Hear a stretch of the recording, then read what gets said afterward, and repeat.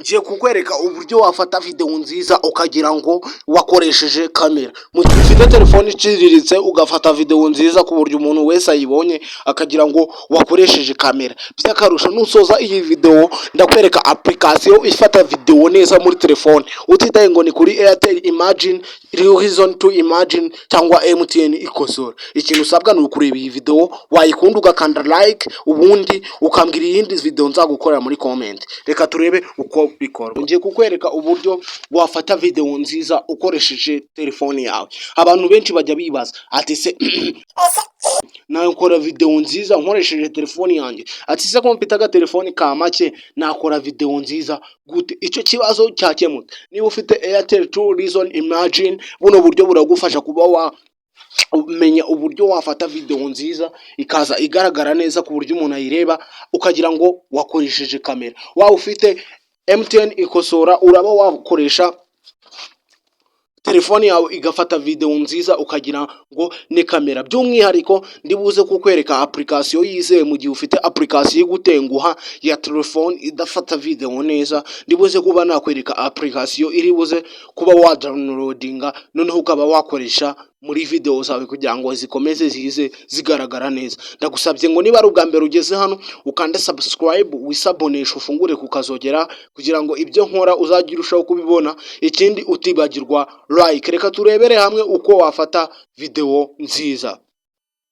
Mu gihe ugiye gufata video nziza ugomba kumenya kuba wakora icyitwa inguni ya video. Nimvuga ngo inguni ya video ni icyitwa camera angles, ni inguni ya video. Ndakeka wabyumvise. Mu gihe ugiye gufata video ugomba kumenya ati se ndashyira muri, urebye wenda video ngiye gufata ndashyira muri kangahe. Uba ugomba kumenya hari video yo kujya kuri TikTok, hari video yo kujya kuri YouTube, hari na video yo kujya kuri Instagram n'izindi social media. Ugomba kumenya se ati niba urugero wenda wakoze ijya kuri YouTube ugomba gufata 16 ku 9. Iyo ni sample yoroshye kuba wafata muri kamera ahango kugira ngo ibyo ufata bize guhura koko n'ibyo ngibyo neza. Mu gihe wamenye ibyo ngibyo camera angles uri kumva yuko aho ngaha turi kumwe. Noneho wowe wibaza ngo tripod mu gihe nayifite ese byagenda gute? Icyo ni icya kabiri. Cya mbere ni icyitwa inguni ya video, kumenya ati ndashyira mu yihe nguni, ndamenya iyi video irajya kuri TikTok. Ibyo ugomba kuba ubizi. Icya kabiri ni icyitwa mu gihe nafite tripod. We wibaza ngo mu gihe narufite tripod, camera stand mu gihe nazifite nakora nte video nziza. Gukora video nziza rero udafite camera stand ibyo bintu birakunda kandi biranashoboka. Gukora video nziza udafite camera stand cyangwa se tripod ibyo ni ibintu byoroshye. Ushobora gufata telefone yawe ukaba wayishyira ku ntebe ukaba watangira ukaba wafata video. Mu gihe ibyo bintu utari wabyumva neza, ndagira ngo ubyumve neza. Mu gihe utari wamenya gufata telefone ngo uyishyire ku ntebe, mu gihe udafite tripod, mu gihe udafite camera stand, gutangire uvuga amagambo umenye ko ibyo bintu bitazaza bisa neza. Kugira ngo ufate video neza rero bizasaba ngo utereke telefone yawe ahantu hamwe ku buryo itari bwizunguze. Bisaba ngo ushyire phone yawe ahantu hamwe ku buryo itari bwizunguze. Ubwo nimvuga kugira ngo itari bwizunguze, we wibazaga ngo mu gihe nafite tripod se koko bizagenda bite? Ugomba kuyitereka ahantu hamwe ku buryo irahama ahantu hamwe ku buryo itarajya yizunguza. Ifashe video ikajya izamo ibintu by'ibicezi uri kubyumva nawe, video iza ari mbi.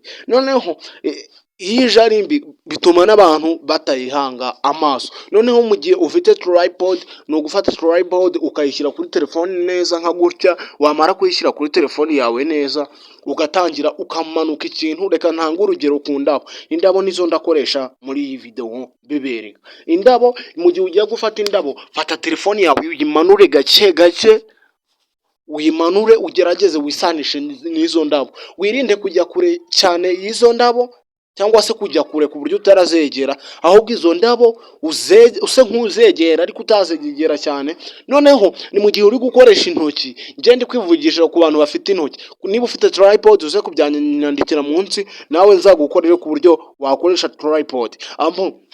Uzafata ya telefone niba ari Airtel to Imagine cyangwa Reason, uzayifata uyimanure gake gake uyimanure gake gake ku buryo uri buze kwisanisha na bya bintu. Noneho iyo urangije ibyo bintu kumenya ati niba nta tripod mfite ndamenya nkora video gute. Icyo kintu ndakeka cyumvikanye, kuba wafata video ukamanuka ikintu neza ku murongo kugira ngo ube watangira gufata video neza. Noneho hari icyitwa kurasa ijisho ku byo ugiye gukora. Wa muntu we iki kintu niba utakizi menya yuko utazafata video nziza. Niba ugiye gufotora ku musozi banzura harasa ijisho mbere yuko uhafatira video. Banzure bate hano hari umusozi uhanamye ati izuba rituruka hano ngaha rirasira hano ngaha, hari igihe ukora video ndende ugasanga riragutengushye. Ariko mu gihe uzi ikintu cyitwa kurasa ijisho ku byo ugiye gukora ukarasa urekareba muri telefone yawe uri gukamera ukareba no hanze ureba yuko ibyo bintu biri guhura aba ari byiza. Noneho uburyo bwa gatatu ni ubwitwa slow motion. Nimvuga slow motion wumvemo slow editing, nimvuga slow motion wumvemo slow cutting. Aha muri slow motion, muri slow video motion, aha ngaha nukuba wavuga ati video yanjye mu gihe nayifashe, noneho wenda reka miteranga urugero ku mazi, mu gihe nafashe amazi ari gukubita umuvumba mwinshi, ni gute nayamanuka. Aha ngaha rero nuko nabikubwiye hari ama application menshi ugenda ukoresha slow motion. Application nakubwira CapCut, iyo bita InShot, izo application zagukorera slow motion. Noneho uburyo bwa nyuma babwita video editing. Video editing ni mu gihe wagiye gukoresha icyo bita combination filter. Combination filter ni uburyo bwiza bwo kuba wafata no video wakoze ugatangira ukayediting. Aha nituvuga ku mafilter, si wumve filter gusa, muri edit harimo muzika, hakazamo n'icyo bita sound effect. Muri edit harimo ubuce bwinshi bugiye butandukanye, usibye yuko bwose zabo gusobanurira. Aha ngaha muri editing ushobora mu gihe wenda wakoze nk'urugero ku ndabyo, uri kugenda uvuga ku ndabyo ugashaka ahantu ubusawundi butari buze kuguteza ibibazo ukabukoresha muri za video zawe, ugafata amasound ukagenda uyakoresha muri video zawe. Nese ni gute noneho twakoresha application nziza ikora video nziza? Application ikora video nziza ese ni iyihe? Nkuko nabikubwiye, wewe ko warebye iyi video ufite amahirwe menshi. Reka tuze muri Play Store, uzaza usacinge HADA camera. Ndakeka mbivuze neza mu Kinyarwanda. HADA camera, high quality camera, ngiye niko nyita.